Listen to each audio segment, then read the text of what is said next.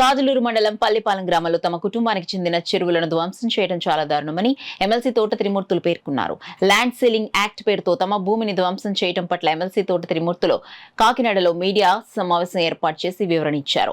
రాష్ట్రంలో red book రాజ్యం నడుస్తుందని ఆయన ఈ సందర్భంగా ధ్వజమెత్తారు. ఏంటి పరిస్థితి అనేటువంటిది చూస్తే ఇప్పుడు ల్యాండ్ సీలింగ్ యాక్ట్ లో ఉంది భూ అనేటువంటిది సమాధానం చెప్తారు. దానికి సంబంధించినంత వరకు పల్లిపాలెంలో వ్యాసి వెంకట సుబ్బారెడ్డి అని చెప్పేసి ఒక ఆయన ఎప్పుడో పూర్వం 1976లో ల్యాండ్ సీలింగ్ యాక్ట్ కింద అతను డిక్లరేషన్ ఇచ్చాడు. ఆ డిక్లరేషన్ నమ్మి నీకు ఎక్సెస్ లేదని చెప్పేసి ఒక ఆర్డర్ కూడా ఆయనకి ఇవ్వడం జరిగింది. ఎక్సెస్ లేదని చెప్పేసి ఒక ఆర్డర్ కూడా ఇచ్చారు అతను 76లో.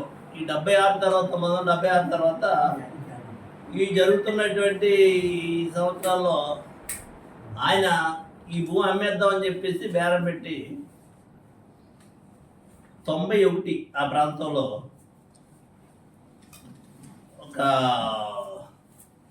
నూని శ్రీదేవి, అదేవిధంగా అప్పసాని మహాలక్ష్మి అనే వాళ్ళతోటి వాళ్ళ భూమి కొనుక్కున్నారు. మళ్ళీ ఈ భూమి అంతా కొనుక్కున్న తర్వాత ఇప్పుడు 76లో ల్యాండ్ సీలింగ్ డిక్లరేషన్లో ఎక్సెస్ లేదని చెప్పిన తర్వాత 91 వరకు ఆ భూమి వ్యాస వెంకట సుబ్బారెడ్డి వ్యాసమూర్తాల కుటుంబ సభ్యుల తరపునే ఉంది. అది 91లో ఆ భూమి అమ్ముకున్న తర్వాత మళ్ళీ ఈ అప్పసాని మహాలక్ష్మి, అదేవిధంగా నూనె శ్రీదేవి అన్న వాళ్ళు కొనుక్కున్నారు, వాళ్ళ తరపున ఉంది.